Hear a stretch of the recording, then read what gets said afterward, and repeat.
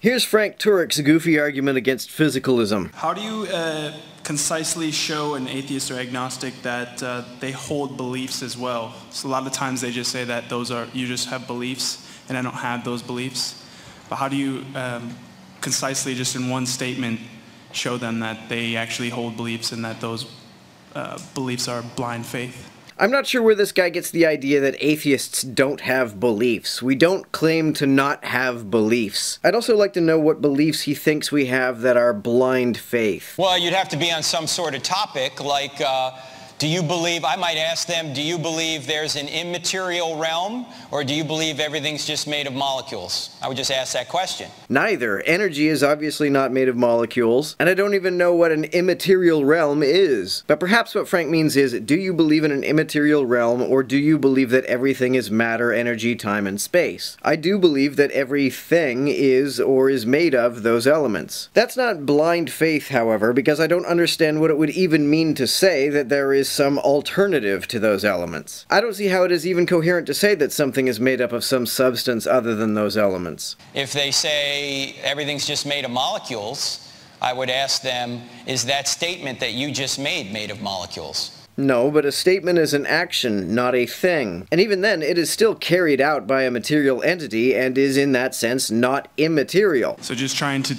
again, like you said yesterday, flip the question on them.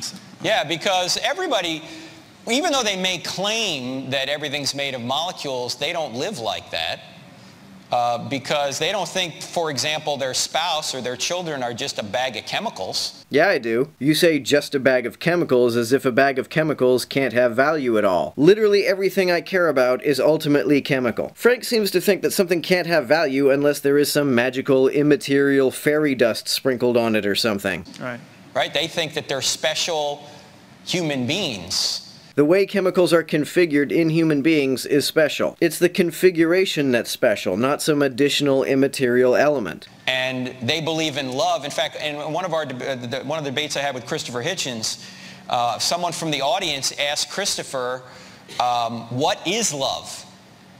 What is it ontologically? In other words, how would you describe love? And Hitchens finally had to admit that according to him, love was a chemical. Well, more specifically, it's a chemical process. But so what? Why does Frank hate chemicals so much? Why does he regard everything made of chemicals with such contempt? That it caused you to act in a certain way towards somebody else. And I said, go home and tell that to your wife, right? I just got the chemical today, honey. Tomorrow I might not have it. I don't think that's how neurochemistry works. I don't think a whole neurotransmitter is going to completely disappear from your brain overnight. And if that's the case, if you think about this, if love is just a chemical, then how can you hold anybody responsible for anything?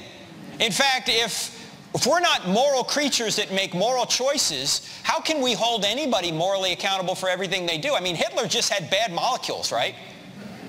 Yeah. According to that theory of materialism. Why wouldn't we be able to hold them accountable? The whole point of holding people accountable is to influence their behavior. If behavior is something other than chemical processes proceeding with at least some degree of determinism, how could we expect the threat of punishment to have any causal influence over people's behavior at all? If criminals have free will, what's the point of punishing them or threatening them with punishment? If they're just completely free to ignore the threat of punishment, then it would be entirely useless.